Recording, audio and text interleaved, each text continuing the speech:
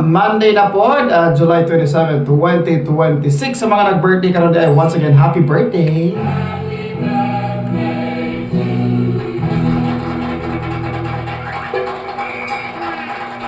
Alright, this Monday morning, na ako'y tao nga nasugatan mga kabarkada ba sa atong pagpanginabuhi. Na siya question, kaya sayang version, sayang kaugalingon mga kabarkada, wala daw siya naka-move on sa iyang past relationship. So he asked me, lalaki man siya mga kabarkada, he asked me nga, Sergeant Rico, pwede ko nimo nga kanang share gamay sa mong experience about love? Ko, okay, unsa man Brad, unsa man imo ang gustong madungog sa ako Ngutana siya nako, unsaon di ay pag-unlove sa usa ka tawo? Oy! Unsaon ko no pagwagtang sa gugma ngadto sa usa ka tawo nga imong gigugma? Then my answer goes like this. Kibaw kung daghang makarelate ani mga kabarkada, especially na sila karon sa talandugon nga kahimtang silang relasyon. Now this morning, paminaw gid mo unya namo ko'y video nga gibuhat karon. Ako maning i-share later sa ako ang Facebook page. I-review lang nagbalik ako ang message. How to unlove a person. Paminaw gid mayo. Now, literally mga kabarkada, there is no such things nga ability, strategy, style, solution to unlove a particular person. In short mga kabarkada, you cannot unlove a person. Especially that kind of person na himo siyang part sa imong kinabuhi.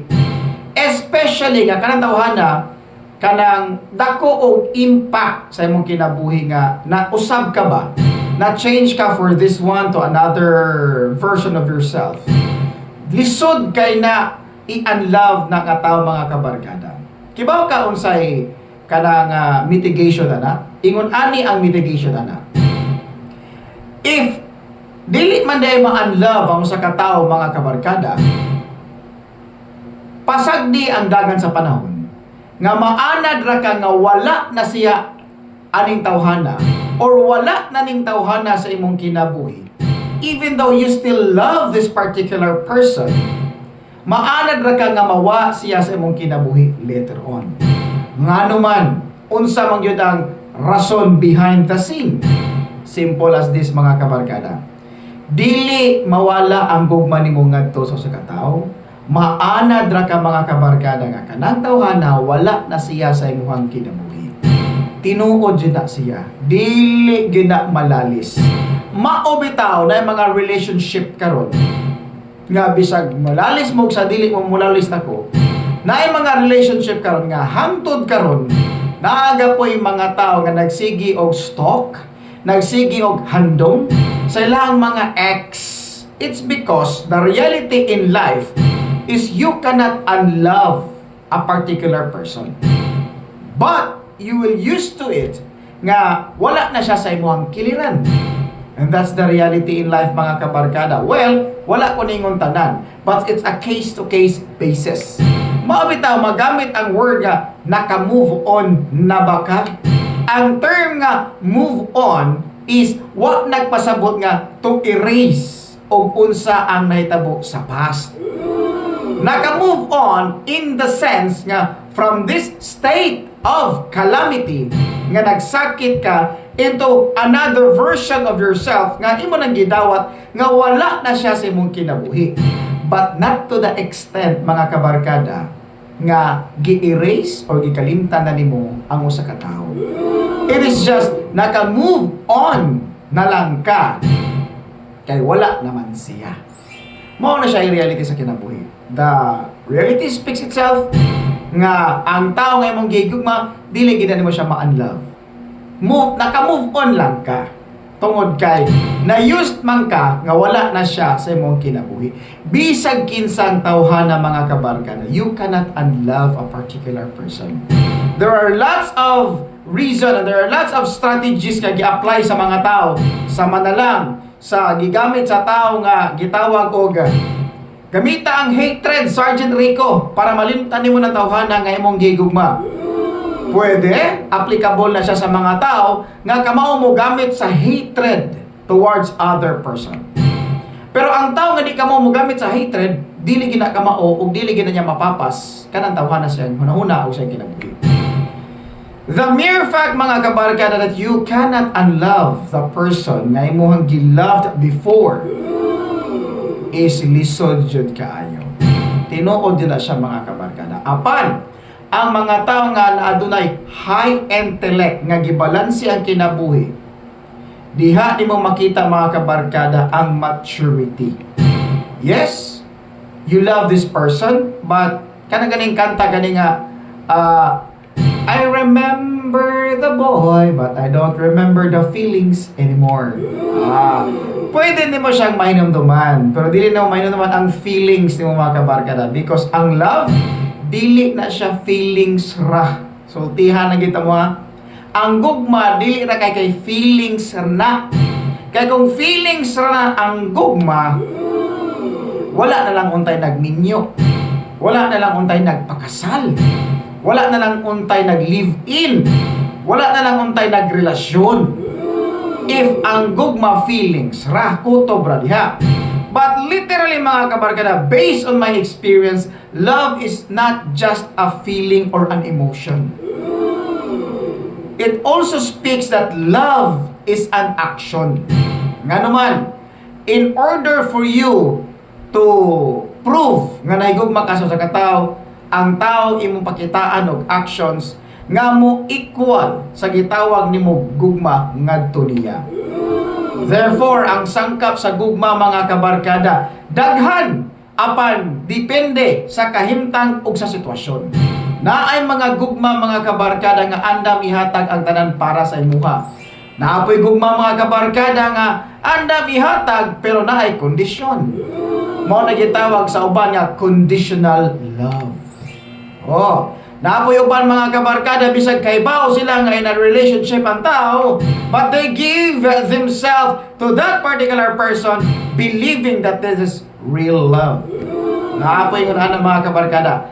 Unya, naapoy mga tao nga bisag naana ang gugma silang atubangan, mawala sa ilang atubangan kay they used to it nga kanang tawhana naana siyang kinabuhi. So dili na niya ma-practice ang iyang obligation, ilabi na sa mga minyo diha, sa mga live-in partners diha, sa mga kasado diha, na naagi mga gimbuhaton ni Mr. or ni Mrs. nga sa dihang bago pa mo sa usa ka relationship, dili na niya ma-perform. Nganuman, because naanad siya nga naara ka permanente sa iyang kinabuhi, kada adlaw mo magkita. That's why naay mga butang og portion nga dili na niya ma-perform because he or she knows that you can perform it by your own. Which is, diha magsugod ang pagkalaos sa usa ka relationship. The moment, pamina mo, mga naay adunay ka relasyon diha, mga adunay live-in partner, adunay mga bana o kasawa, adunay mga uyab, paminaw mo diha. Kanang pagsugod sa inyong relasyon, nga sweet pa kaayo mo, hinumdumi gyud na pagayo. Ayaw ginagwag tanga in the long run. Bisan pa man gani og kanusa, ayaw ginagwag tanga, be consistent. The moment nga dili na nimo ma-perform, kung mag-live-in na mo, kung magminyo na mo, kung nana mo sa usa ka balay, dili na ganin mo na ma-perform, then there is lot of changes sa relationship. Pagduda na. Nga naman, basin ka ng iyang gibuhat ka kasweet niya nimo sa una, tuan na niya na-perform sa ubang tao.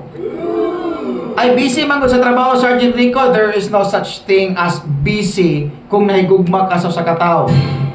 Giving so much reason nga dili nimo ma-perform as a partner sa mga butang nga iyahang gikinahanglan and your responsibility as a spouse or as a partner or as in a opposite relationship. Sultihan tikaw, there is something wrong to that kind of relationship. Yes, mga kabarkada. If sa una, si Mr. or si Mrs. maghatagan nimo og tubig kada human og kaon, nga magdungan mo kaon, the moment nga dili na niya ma-perform, magduda na ka.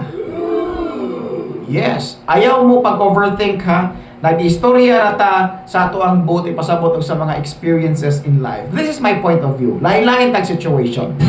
Ang ako lagi pasabot, this is a generalization. Pamina mo sa akong generalization, ha? Now, kung si Mr. sweet pa kay sa una ni Mrs. Kanya mo kalit lang katabang, magduda na ka. There is something wrong. Especially kung si Mrs. mo tabang na ngadto ni Mr. Nga ni may tabo mga kabarkada nga kanang confusions o labaw sa tanan, makahatag at pagduda sa usa ka tawo. Kung dili na di ay may gugma sa usag usa, ngano din magbuwag na di ay mo? Di manggod sa Jericho kay naa mong gumi anak. Lisod kay magbuwag kay naa anak luoy ang mga bata. Sultihan ta mo mga kabarkada ha, sultihan ta mo gyud. Kung muingon mo nga luoy ang mga bata, nga di mo makasinabot sa imong partner karon this morning. Muingon mo luoy ang mga bata, sultihan di ka. Realidad ni, mas luoy ang mga bata kung lifetime mong ingon ana sa imong partner nga di nila makita unya later on mubuto mong duha og galit sa ilang atubangan. Naa na gitawag og shocking experience sa mga bata. To the point nga makita nila nga ingon ana di ay ang usa ka relationship. Therefore na sila phobia about relationship. O di magaha gani on the other side, the flip side, makigrelasyon pero dili seryoso. Kay mahadlok sa nakita nga picture ninyong duha isip magpartner. So ang buhaton mga kabarkada, basic ra jud kaayo. Kung dili na mo magkasinabot, bahalag na amoy anak, nahala pagbuwag. Pagbuwag kay mas nindot manggod ning magbuwag mo kay wa mo nagkasinabtanay kaysa sa magpadayon mo sa iyong relasyon nga wa gyapon mo nagkasinabtanay. Tabla ra mo duha ka TL nga usa ka TL nagplano nga mo move forward pero usa ka TL nimo move backward. Nakakita na mo tawo nga naglakaw nag forward nag backward kay di magkasinabot ang wa og tuo nga TL. Wala pa. Ingon sa kuhang apuhan, di ko malimot sa gingon sa akong apuhan nga gibilin jud din ako mga kabarkada. Gibilin jud yan ingon siya nako si parehas got lang ni Lolo Olivio Quijano ha. Pong pa ni Lolo Olivio Quijano, matod pa niya mga kabarkada. Dong, kung magminyo na ganit ka, pili agyud ang tao nga ikasabot sa imuhang kinabuhi ug dili ang tao nga masabto niya ang iyang kaugalingong garbo para lang siya mahimong insakto bisag sayo. So gipasabot ni Lolo mga kabarkada nga bisag unsa kadagag kwarta, bisag unsa kanindot og sitwasyon or kahimtang sa kinabuhi, pero kung di mo magkasinabot, way pulos ang tanan. Mao na giingon sa akong Lolo Olivio Quijano. Now, di ko malimot sa gisulti mga kabarkada, tinuod na. Kay ingon pod siya, bisag unsa pod kakabos sa usa ka relasyon or bisag unsa ka pobre sa managtiayon, kung nagkasinabot ang duha, gaan ra gyud kaayo ang tanan. Tinuod pod na mga kabarkada. Mao na siya reality sa atong kinabuhi. So basic lang kung atong sabton, bisag unsaon na to bali-bali mga kabarkada, nga ang tinuod gyud ay nga relasyon is ang pagdawat o ang pagsabot sa imong partner sa iyahang mga weaknesses. Kaysa daan palang daan pagsud sa kinabuhi ni anang tawhana sa imong kinabuhi, daan na pagpalit ngayon anak siya. Built-in na nga naagid siya batasan ngayon anak. The only thing is to accept and then tuluy siya nga sayop ang iyang batasan. Kung musukil siya sa imong pag-correct sa iya ha, then maybe you are in the wrong person. Maybe nakakasasayop nga tao mga kabarkada tungod kay your intention is clear and pure, pero ang iyang pagdawat ni ana bati. Naay mga relasyon mga kabarkada nga kasagaran sa ilahang bukang bibig. Ingon ani ilang bukang bibig nga mao man ni insakto, mao man ni ang rason para nako. Wala man ko'y mahimo kay mao man ni ang tinuod. Nalagi ingon ana. Sultihan ta mo mga kabarkada ha. Dili porket para nimo mao'y tinuod nga rason para nimo is dapat sa pikas side mao na pod ang tinuod. Di man pwede nga ang imong gibati nga tinuod mahimong tinuod pod ngadto niya kay lain-lain man mo pagmuna-una og lain-lain man mo kasing-kasing. Di man mo sumpay og utok, di pa mo sumpay kasing-kasing. So ikaw nga partner nga gikoreksyonan sa imong partner, you must listen carefully. Kay dili man na ikadaot nimo ang pag-correct niya nimo. Gibuhat na niya para matulid mong duha. Kana ganing maglalis mo sa imong partner, kana ganing maglalis mo sa imong bana o sa imong asawa, okay lang maglalis mo. Maglalis mo para ma-solve nimo kung sa problema. Pero kung maglalis mo, magpetas anay mo kinsay taas og ihi, mingon ka nga asayop gid ka, sakto ko, asayop gid ka. Di ka magdaog ka ng mga kabarkada. Pero kung maglalis mo, ang inyong panaglalis, nag-direct para ma-solve ang problema, o kana, nindot na siya nga panaglalis. Pero kung maglalis mo, para lang patas anay sa iyong ihi, walay pulos, may pa maghilom na lang mong duha. Again, a relationship mga kabarkada, sultihan ng kita mo. Kung walay pag-akseptar sa inyong tagsa-tagsa ka mga diversities, kung walay paghatag ng kapasayloan, kung walay hatag ng pagsabot, dili magdugay ko sa ka-relationship. Yes, balik ko na ko ha, you cannot unlove a particular person. Usahay, mayus na lang ka, nga wala diha ang tao sa mong kinabuhi mo na maka-move on ka. Ana na diha. And kani mga tao nga mga naka-move on na sa ka-relationship, mo niya mga brilliant ka mga tao, mga kabarkada. Nga naka-move on sila, moving forward silang kinabuhi bisag wala na ang tao, nga ilahang gihatagan og rason nga manginabuhi og maningkamot pagayo. Congratulations to that kind of person mga kabarkada. Again, dili rason ang kahimtang sa kinabuhi para dili ipakita imong gugma. Material nga mga utang dali ra kay nang ilisan, apan ang tinuod nga gugma gid mga kabarkada, naa si acceptance. Ikaduha, naa si understanding. Ikatulo, naa si respect. Ikaupat, naa si honesty. Na kung ato siyang buot kwintahon, mao ni siya ang RUTH sa usa ka relationship. RUTH, respect, understanding, salig or trust, honesty. And then, bisag na diya si acceptance. That's RUTHA, mga kabarkada. Hinumdumi pag-ayo nga RUTHA ang usa sa code nga magpamatuod nga naigugma nimo ang usa ka tawo. If nalakas sa katao nga nagpangga nimo, unya na feel nimo ning 5 ka butang, RUTHA, ayo na ginagbuhi. Pagtarong na gyud sa imong pagkatao. Bisag talibagbag ka sa una, this is the moment mga kabarkada nga magtarong na ka sa imong pagkatao. Ayaw na og usik-usiki pa ang imong oras og panahon nga mangulikta pa kag bato sa imong kinabuhi. Unya ang bulawan na hinuon ang imuhang gitaga kay busy kag panguliktag bato sa imong kinabuhi. Don't waste this kind of person mga kabarkada. Kung aduna maganay respect, understanding, trust, honesty, and acceptance. Ayaw na siya pagtanga mga kabarkada kay basin magmahay na ka kay din agi siya mabalik ning tawhana bisag kung saan pa nimog ligig-ligig diha. Once mawala ning tawhana mga kabarkada, there is no turning back. Hinumdumi gina pag-ayo. Alright? Again, you cannot unlove a particular person. Mayus na lang ka nga mawala ning tawhana sa imong kinabuhi. And that is called moving on. God bless. Happy Monday morning. Sa mga nahigugma dia karon, padayon mo sa iyong gugma. Sa mga na-in love dia karon, padayon mo sa inyong pagkahigugma, sa inyong pagka-in love. Padayon mga kabarkada. Because true love is boundless, genderless, faceless, reasonless mga kabarkada. That is true love. Salamat. Dalay ko na Diyos kanunay. Happy Monday morning.